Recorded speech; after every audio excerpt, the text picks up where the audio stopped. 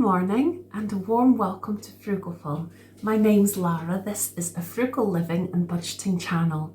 Happy Sunday to you. I hope you're having a great weekend, and I'm absolutely delighted to return to you today with a batch cooking video. Hooray! So I'm gonna empty my freezer, empty the fridge, see what there is and do a stock check. And then after that, I'm going to work out some meal planning, and my fridge is making funny noises. It's going, oh! And then once I've worked out a meal plan, decide on some things to batch cook to use up some of the ingredients that are going to be strewn all over the worktops. As you can maybe see behind me, I've started this process. So I will return soon and show you the complete mess. It's got to get messy before it gets tidy.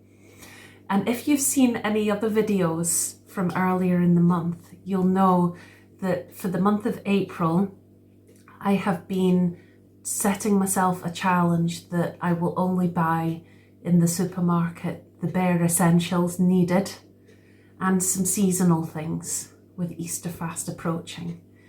So that's been going very well, but I'll go into that in another video, budget relating video, which, as I mentioned, the frugal chat about how budgeting with food and things is now going to be on a Friday once a month at the end of each month.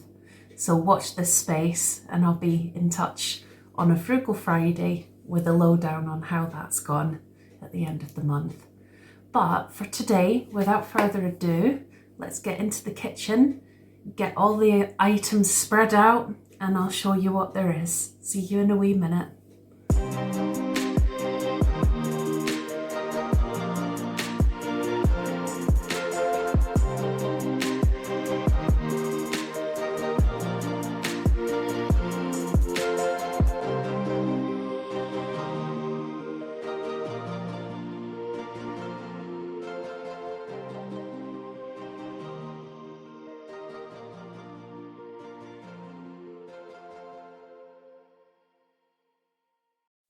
Welcome to my fridge. I've now got it more organised. So there's sweet things at the top, cough medicine there, nut butters, coconut oil behind that, which is probably going to be more for moisturising and for hair conditioning rather than for eating. I think one of the jars is fine for food, but the older one is for a beauty product. And then I've got other medicine and some coconut water just to use them up. I'll stick the eggs back in here. And then there's lots of different kind of condiments there. Obviously, I've got a bit carried away and opened 3 separate light mayonnaises. So I've got these in front to remind me, use up the old ones first. And then these things are all just going to be to hand now for making salads and salad dressings, because they were very much out of sight, out of mind before. Some different sauces as well for roast dinners. Mint sauce is great. And at the back there's a sauce that is for Chinese dishes. It's like a hoisin sauce. So when I'm making things with the black beans, I'm going to use that sauce. I've not tried it before, but it looks really good. I was given that, so I'm going to probably use it for some batch cooking. And then on this side, now these, I might just throw these away, these ones up the top here. I'll keep the wee jars though. But this is like sugary, kind of orange flavoured sprinkles for chocolate from Halloween time, so they can go. So there's tomato puree up the top. There's some sugru, which I've talked about in a repairing video before. It's a great product. And I think that's in the Slowing It Down Saturdays playlist. Some different sauces and things here for salad dressings and that kind of thing. And then juices. This is also where milk goes, and this is where Bella B's food goes. So it's looking much more organised in here. I'm going to take you around and show you the chaos on the worktops now. Wow, chaos is the word. Ah! This is so long overdue. So my priority today is going to be using up fresh stuff that's just come out of the fridge, doing some batch cooking. Some kind of banana bready thing, probably with those bananas. And then there's a whole load of frozen things.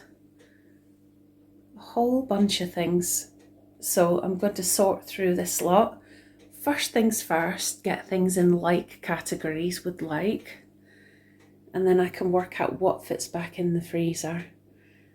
Zoning things to make it easier to find what I need and know how much there is of certain things. And I'll probably group things together for certain meals as well.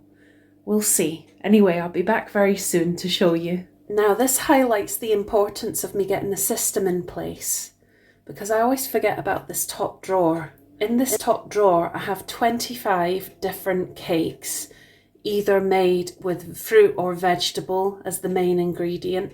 So for example, there's beetroot chocolate muffin, there's apple cake, there's rhubarb cake, and there's courgette cake. So all of these are a variety that I've made from scratch myself and then frozen. I really want to free up this space. So 25 portions. So over the next month I'm going to try and use this stuff up. This can count as one of the carb portions of the day, but it's got healthy natural ingredients and it's not going to cost anything. And this is the thing, living out of the freezer for the next month is really going to make a big difference. I'm not going to have to buy any carb products, definitely not. So this is the first stage. First of all, there's the protein items. So I've got 22 eggs here. And then down in this section, this top shelf is all my protein and my carbs. And I've actually started a system. I'm writing everything down so I know what's there, and then I'm not going to be rummaging looking because I'll know where to find things. So on this shelf, all the protein items are 36 sausages, 8 vegetable fingers, 6 vegetable burgers, 2 veggie sausage rolls, and a veggie pie. And then there's also carb products to the left. They are 5 bagels, 4 muffins, 4 portions of rye bread, 2 portions of regular bread, 9 portions of wedges or chopped potatoes, and that's including sweet potato and regular potato mixed. So there's less carbs and it's more vegetables. And then there's 10 onigiri, so they're Japanese rice balls. So there's loads of protein and there's loads of carbs. And then along with the next thing I'm going to show you, there's even more carbs.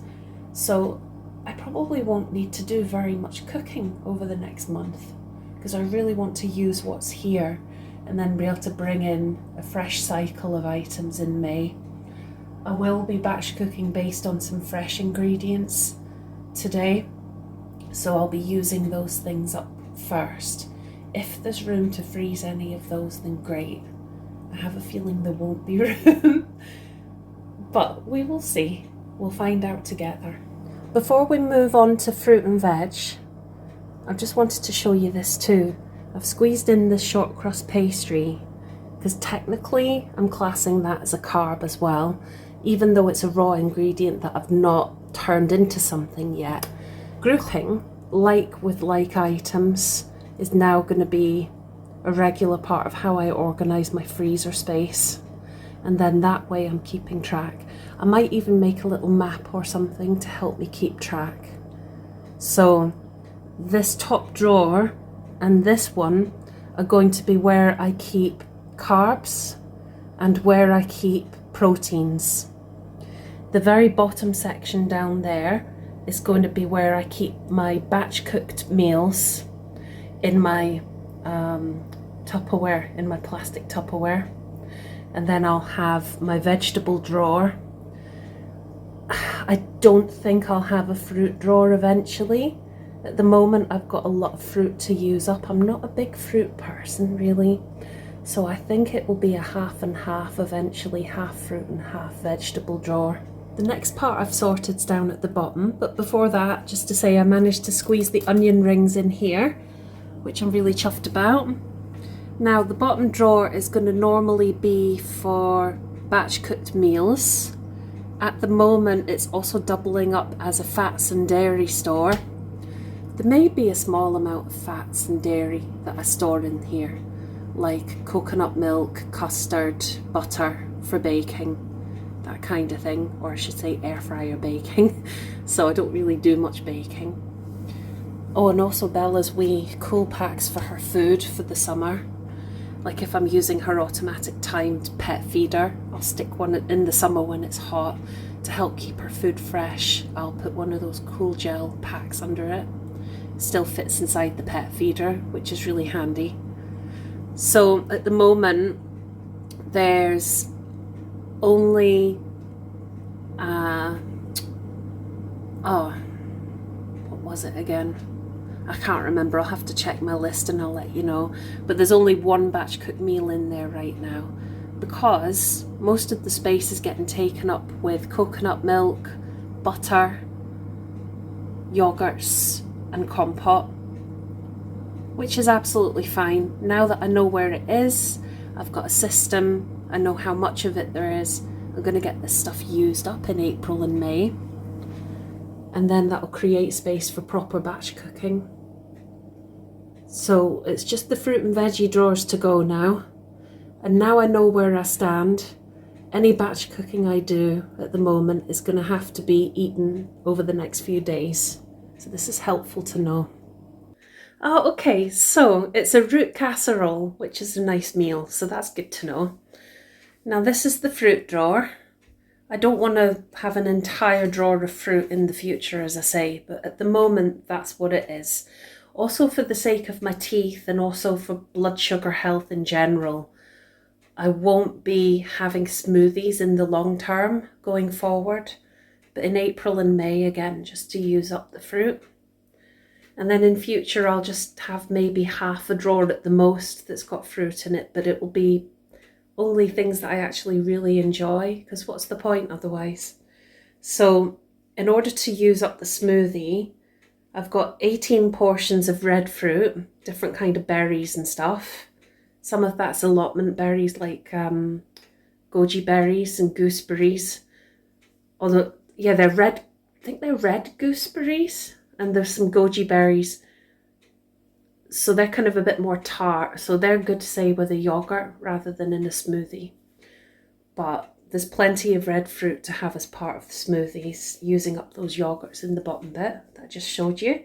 I've also got some green smoothie mix, about 6 portions worth. There's some cucumber, some avocado, some melon and some mango. So I'm going to use those up alongside the green smoothie mix to just get it used up. In this drawer at the moment, there's also 8 lots of applesauce, 5 bags of rhubarb and 6 lemons. I don't know what I'm going to do yet with these items. There's time to think about it. They could be used for some kind of sweet treats or baking or something like that. Probably. I would love to hear if you've got any suggestions how I can use those items up, because it will be clearing space. In the meantime, I'll start using up the smoothies. And as I say, I would really welcome your ideas and suggestions. Thank you in advance. And then on to finally the veggie stuff. There's all sorts of things in here which will hopefully last me a good while. I really like veggies, much prefer them to fruit, which is why I want to create more space in the future for veg, more than one drawer. So in here there's broccoli, peas, sweet corn, peppers, soya beans, cabbage, mushrooms, a small bag of green chilies, beets, just 1 bag of those to get used up ASAP. Onion and leek, I just like to chop and store onion and leek so that I've got it as a go-to. Same with garlic. There's a little bag of herbs. It's got mint and I think coriander and dill. It's this one just here. And then some bags of chopped greens that can get added to not smoothies, probably not. Get added to soups and that kind of thing. And then this is now the fresh stuff that I'm still sorting out, hoping I can salvage some of the things like those poor parsnips that have seen better days. Some of the things like the garlic and some of these greens, I've got a tiny bit of space left in this drawer. So I'm going to see if I can kind of chop or separate and prep and freeze some of these things if there's room. There won't be room for much in that way. And whatever's left, I'll show you in a wee minute. And then we can get batch cooking. I'm not even sure what I'm going to make with these things yet. I do know that if it's not too late for these, they're going to be part of a slow cooker lasagna. Because I've got some lasagna sheets I can use. I've got 2 balls of mozzarella out of the freezer. But other than that, not sure yet. So I'll see you in a minute and we can decide. Well, I have been busy doing lots of food prep this morning, and I was able to still salvage a lot of the cabbage greens, the kale and the sprouts, which I've chopped and frozen. Also the parsnips, which I've prepared and frozen. So they'll be ready to defrost and roast at a future time. And the other things that are here, I salvaged the aubergine, 2 aubergines, the big bag of mushrooms, which is divided between these, and some of the kales in here as well. I separated out and froze the garlic, but some of it's enormous bulbs. Look at the size of this bulb. It's huge. So I've kept some of that out. There's the red onion, as I say, that's all the red onion. The green beans, which have been boiled, finely chopped and boiled. The potatoes, and the lettuce, tomatoes and cucumber. So there's 3 pieces of cucumber in here. So over the next few days I've got these cucumber for snacks, and I'll have like a potato salad with these. I'm going to also be batch cooking. Oh, also in my fridge I've got some tea cakes and some hot cross buns. I was going to say bums. For my mum and I. So I'm going to do a batch cooked lasagna, and I'm going to do a batch cooked risotto, a mushroom and green bean risotto. Oops. So let's get to it.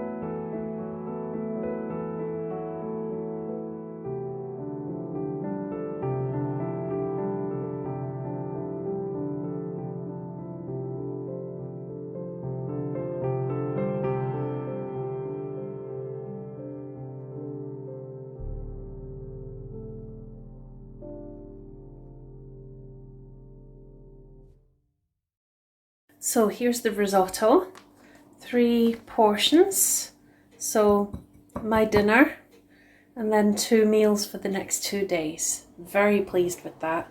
Let's do a wee taste test now. Yippee! Didn't realise how hungry I've got, so I'm really looking forward to doing this taste test with you. Here goes.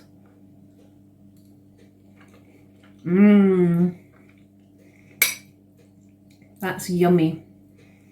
So it could be saltier, but I'm cutting back on my salt intake, so I didn't season it on purpose.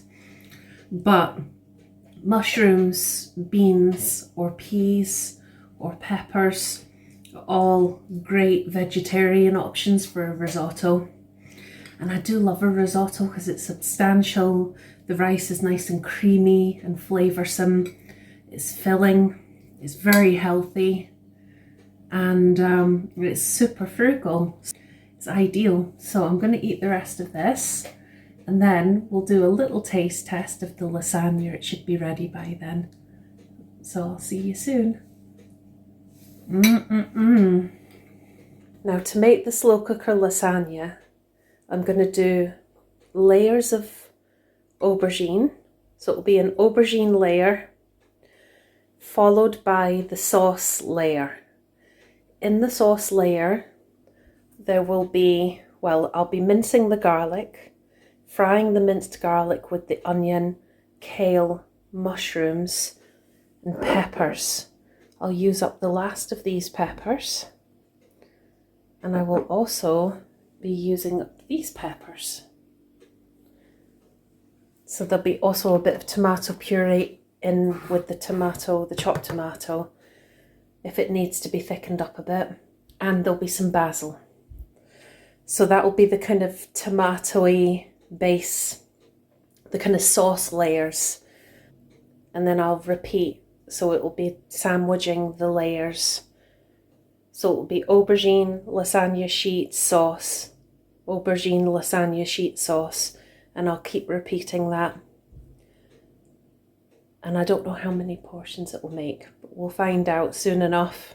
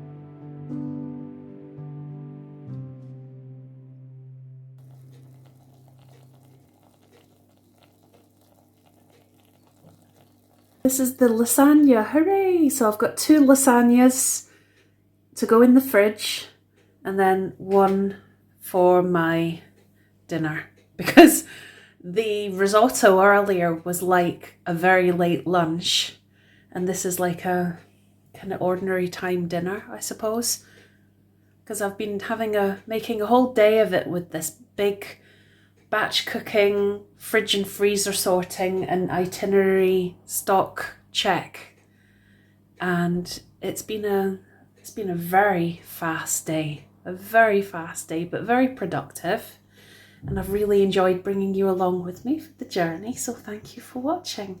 It's ended up being a very long video.